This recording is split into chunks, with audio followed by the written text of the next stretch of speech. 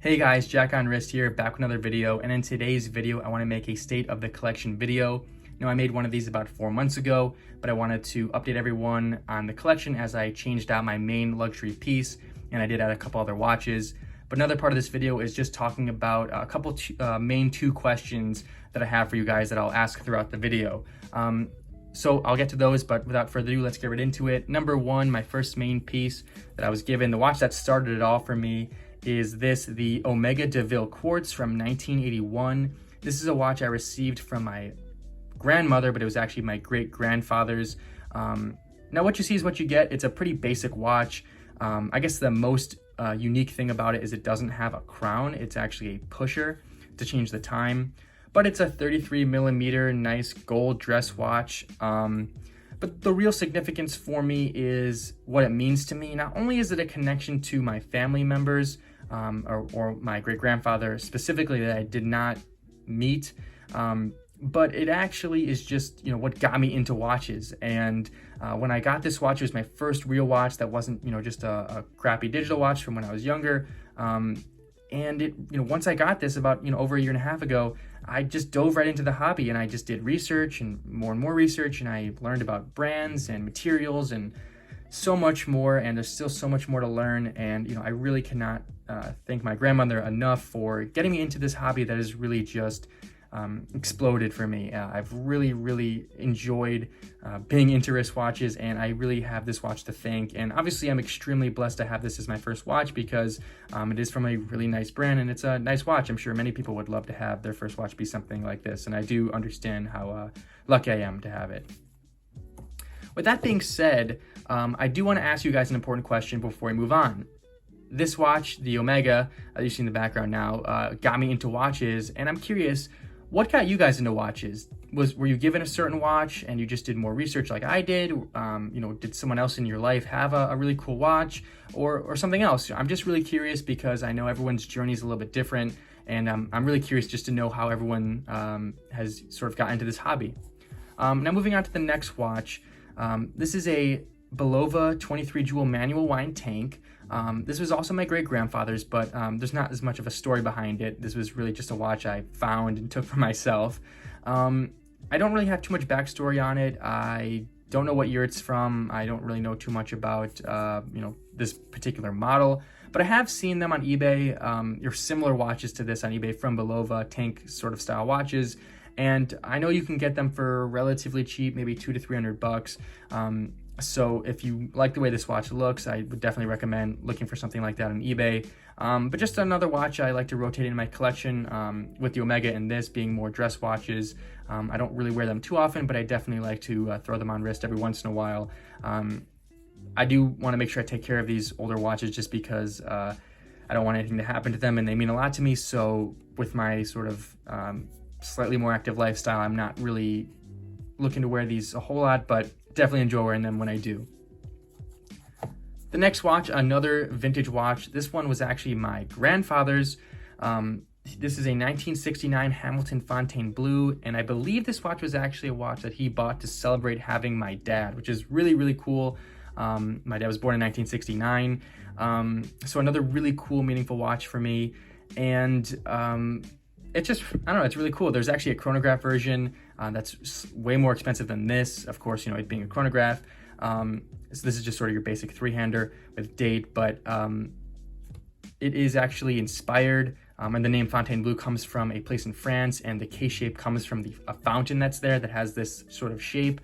And it's a really cool watch with a really cool story behind it in terms of my family and in terms of just, where the name comes from and the way it looks. It's definitely a watch that I like throwing on wrist probably about once a week or so, just to take a look at it, just, because it's so unique and, more of a casual watch versus your other dress watches you saw with it being a steel watch or a stainless steel watch.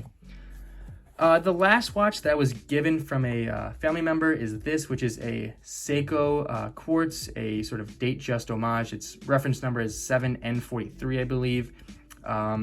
And it is like I said, it's a date just homage, but it's a really reliable watch. This was actually, I believe, one of the earlier on quartz watches. And this is actually a story I did not mention earlier when I made my original State of the Collection video. But my grandfather, who used to work in Brooklyn, said he actually got this from the daughter of some corporate member of Seiko. And apparently her last name was Seiko. I cannot verify that story, but I think she was in the family to some degree. And I believe her name was Seiko or something like that, or Taiko Seiko. That's what my grandfather told me. I can't not confirm that story, but apparently he was given this watch early on. It was one of those early on quartz watches that made it to the United States. So really cool. I put on this mesh strap that I did a review on. It's a relatively cheap mesh strap, but really high quality, so I'd recommend looking at that review. I'll leave a link in the top right corner. But a really random story. Got it from someone in the Seiko family or someone higher up at Seiko back in Brooklyn in, I think, the early 60s. So really cool. The next watch I'm going to look at here is this, a Casio A178W. This is a watch I picked up as just sort of a work watch. I originally was going to get the Casio A168W, but decided to just get this because it's a little bit different. I see the A168W a little bit more often, so just slightly different. And you know, there's not really too much to say here. You get all your standard Casio features, and just overall, it's a really nice piece to own. I mean, it's really cheap. I'd recommend it to anybody just because it's so easy to have and easy to not really worry about beating it up or, you know, anything like that. If you break it, you can buy a new one. And yeah, great piece, totally recommend. Next is this, another Casio. This is the Casio W800HM. This is a watch that I refer to as a mini G-Shock. I realize there actually is a mini G-Shock watch out there, but it's still a relatively bulky watch. So for those who really are interested in G-Shock style watches, but you know, don't have the wrist for it, I have a 6.5-inch wrist. I'd really recommend something like this. It has 100 meters water resistant, kind of has more of your rugged look with that olive green, and still is on sort of your resin strap. And really great watch. Again, standard features here: stopwatch, alarm, day, date, year, etc. And also I did a review on this watch, and I did not put it on wrist, so I will put it on wrist here so you can get an idea of the size.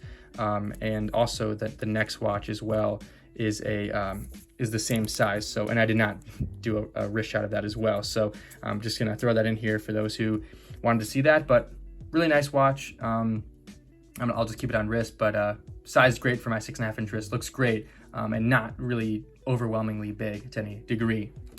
The final Casio here is a Casio W217H. This is a negative display watch. I think it looks kind of dirty in the light, but this is a watch that I kind of rotate in every once in a while, similar to my sort of mini G-Shock Casio, just because it's a little bit more sleek with that negative display. I got it for $4 at a Walmart. I made a video on my Walmart hauls a bunch of watches I got for super cheap. Yeah, for $4 and for $5 for the last one I showed, you can't really pass up on these. But again, these are all under $20 from Amazon if you want to buy them from there. So I'd recommend looking the models up, and if you like them, they're still really cheap, and Casio's a no-brainer. You know, you can't really go wrong if you buy a Casio for under $20. You know you're getting something of decent quality, and you can use for a decent amount of time. The last watch in my collection is sort of my main watch. This is my Omega Seamaster 300 Master Coaxial, and it brings up an important discussion. So I previously owned a Rolex reference 114200, which is a modern Air King model. Then I sold that and I bought this, and I'm really starting to have second guesses about owning one main luxury piece. This is the last watch I'm going to show. It's the last watch in my collection. And as you can kind of tell, my collection is built around one main luxury watch, a couple of vintage watches here, and some Casios. And that really begs the question, should I be selling this, which I've been sort of debating, and should I build a more balanced collection? You know, because for the $3,000 or $4,000 I could get for this, you know, you could definitely build a collection that's way more balanced with, you know, 3 pieces that are $1,000 or 6 pieces that are $500 or something like that. Maybe even more if you get a little bit more for it. And I just can't help but think that having a slightly more balanced collection would be a little bit more fun and would definitely add some variety to my collection, because I have these sort of vintage watches and I don't really love pulling them out all the time. And so if I can get some more modern pieces that are all relatively nice, that would be an interesting sort of dynamic. So I guess my main question for you guys is, along with the question I asked earlier about how'd you get started in watches, would you rather have one main piece that is sort of a luxury piece, similar to this Omega or the Rolex I previously had, or something of this quality, or this price point rather, or would you rather have a more balanced collection? Would you rather have a watch collection that's a little bit more spread out among more watches? I'm curious what you guys have to say. That's a debate I'm having myself right now, and so I'm really curious to know what your thoughts are. But that's pretty much it. I know I didn't really talk about this too much because I just did a full review on it, so check that out as my last video. But yeah, that's pretty much it for this video. If you enjoyed, please leave a like and subscribe. Oh, I wanted to quickly mention some watches that I wanted to buy for the collection in the future. I'm definitely interested in the Hamilton Khaki Field Mechanical. Definitely another retro-inspired watch. Again, that could be something that I would maybe get in exchange for this, as well as some other watches. And I'm also, on the more expensive side, interested in the Rolex Oyster Perpetual 36, just because it's a really nice watch. And I did enjoy my time with the Air King, and I wanted something a little bit bigger. So I just want to quickly get that in there, the watches I'm looking to get right now, or that I'm interested in adding in the future. But with that being said, like I said, I'll say this one more time, that's pretty much it for this video. If you enjoyed, please leave a like and subscribe. I really would be appreciated. Also check out my Instagram at Jack and Wrist for photos of all my watches. And like I said, please answer the questions. I'd love to hear what you have to say. I love the watch community because everyone always has an opinion and some thoughts, and everyone's always really respectful. So go ahead, you can bash my collection if you want, but I'm really more interested to hear what you have to say about the dynamics of a collection and also how you got started. But that's pretty much it. So thank you, and please subscribe.